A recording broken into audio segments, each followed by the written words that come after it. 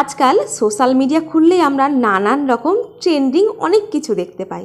সেরকম আরেকটা জিনিসও কিন্তু সবসময় ট্রেন্ডিংয়ে চলে, কি বলো তো?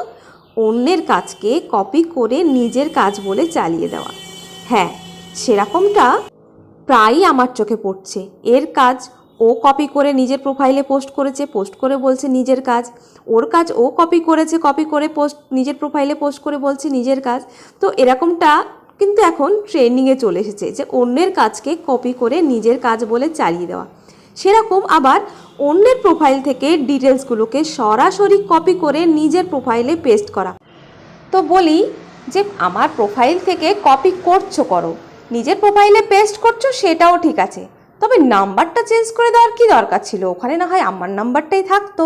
আমার প্রোফাইল থেকে যখন আমার লেখাগুলো কপি করছো, পেস্ট করছো, তাহলে আমার নাম্বারটাই না হয় ওখানে থাকতো, সেটা কেন পাল্টাতে গেলে? এভাবে অন্যের পোস্ট থেকে ডিটেলসগুলোকে কপি করে করে কতদিন চলবে? আজ আমার প্রোফাইল থেকে, কাল অন্য লোকের প্রোফাইল থেকে কপি হচ্ছে।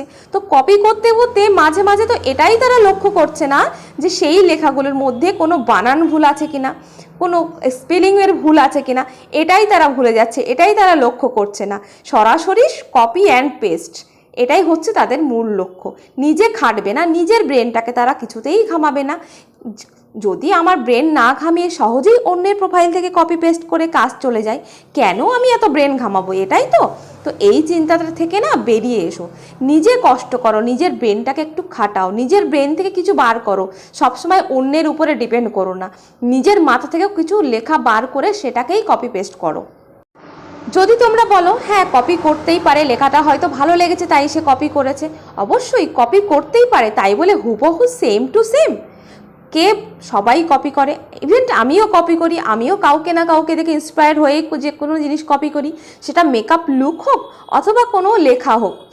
তো কপি পেস্ট করার আগে এটা ভাবতে হবে যে হুবহু সেম টু সেম একই রকম, তার মধ্যে কিছু নিজের ব্রেনটাকেও ঘামাও, নিজের ব্রেনটাকেও খাটাও, কিছু নিজের ক্রিয়েটিভিটি তার মধ্যে অ্যাড করো, তবেই না তোমার কপি যে পেস্ট যেটা করছো সেটা সফল হবে। আর বলি, কপি পেস্ট করার আগে অন্তত এটুকু দেখে নিও যে বানানগুলো ঠিক আছে কিনা।